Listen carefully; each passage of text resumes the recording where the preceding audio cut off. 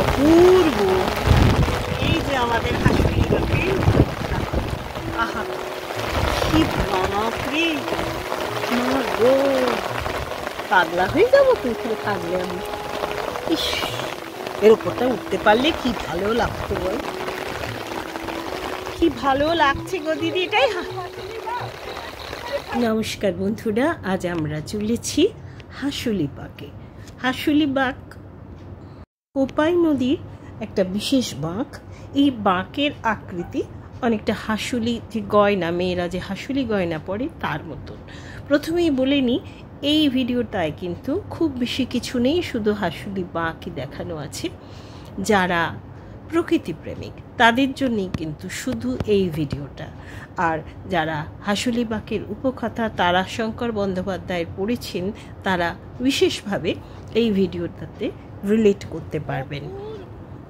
হাঁসুলি বাঁকের উপকথা 1946 থেকে 51 সালের মধ্যে অনেকবার প্রকাশিত হয়েছিল।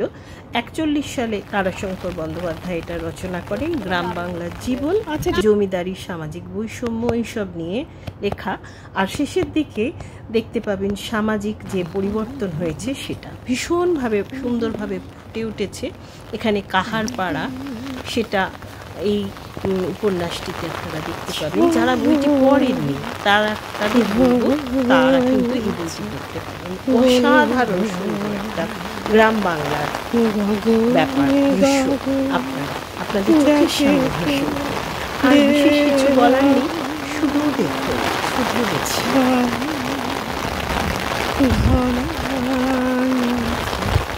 বলে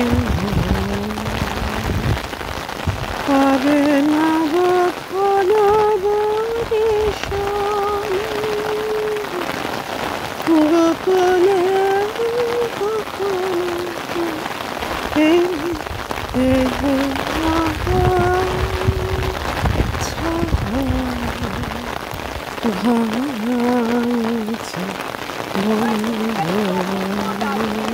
ইস কি অপূর্ব। সত্যি বলতে কি, জায়গাটা এসে আমার মতন প্রকৃতি প্রেমিক শুধু না, প্রকৃতি পাগল মানুষের একটা পাগল পাগল অবস্থা হয়েছে।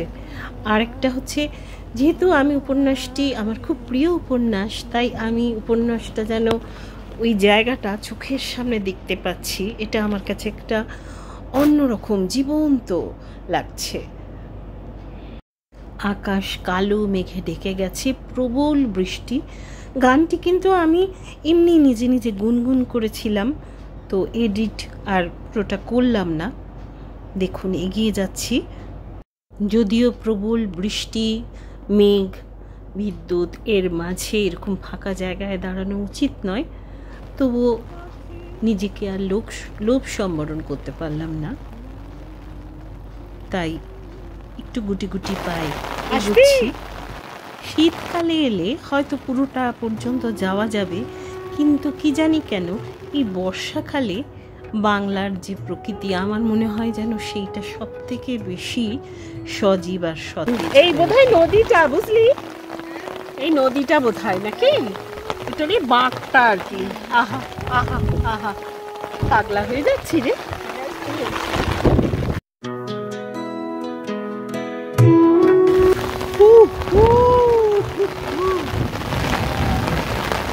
অপূর্ব।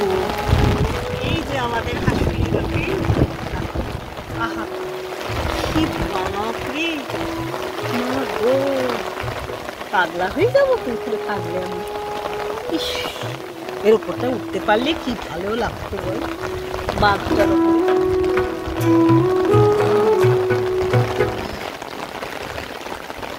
কি ভালো লাগছে গো দিদি। এটাই দিদিরা বললো আর একটু গেলে আরো ভালো দেখা যাবে। বৃষ্টি মাথায় করে আর একটু এগিয়ে গেলাম। এইখান থেকে আপনাদের কাছে অনুরোধ করছি, ভিডিওটা ভালো লাগলে একটু লাইক দেবেন, সাবস্ক্রাইব বাটনে প্রেস করবেন, আমার সঙ্গে থাকবেন। পরে আবার আসবো, আপনাদের দেখাবো। আর অবশ্যই অবশ্যই তারাশঙ্কর বন্দ্যোপাধ্যায়ের হাঁসুলি বাঁকের উপকথাটা পড়বেন। আজ আসি, টাটা।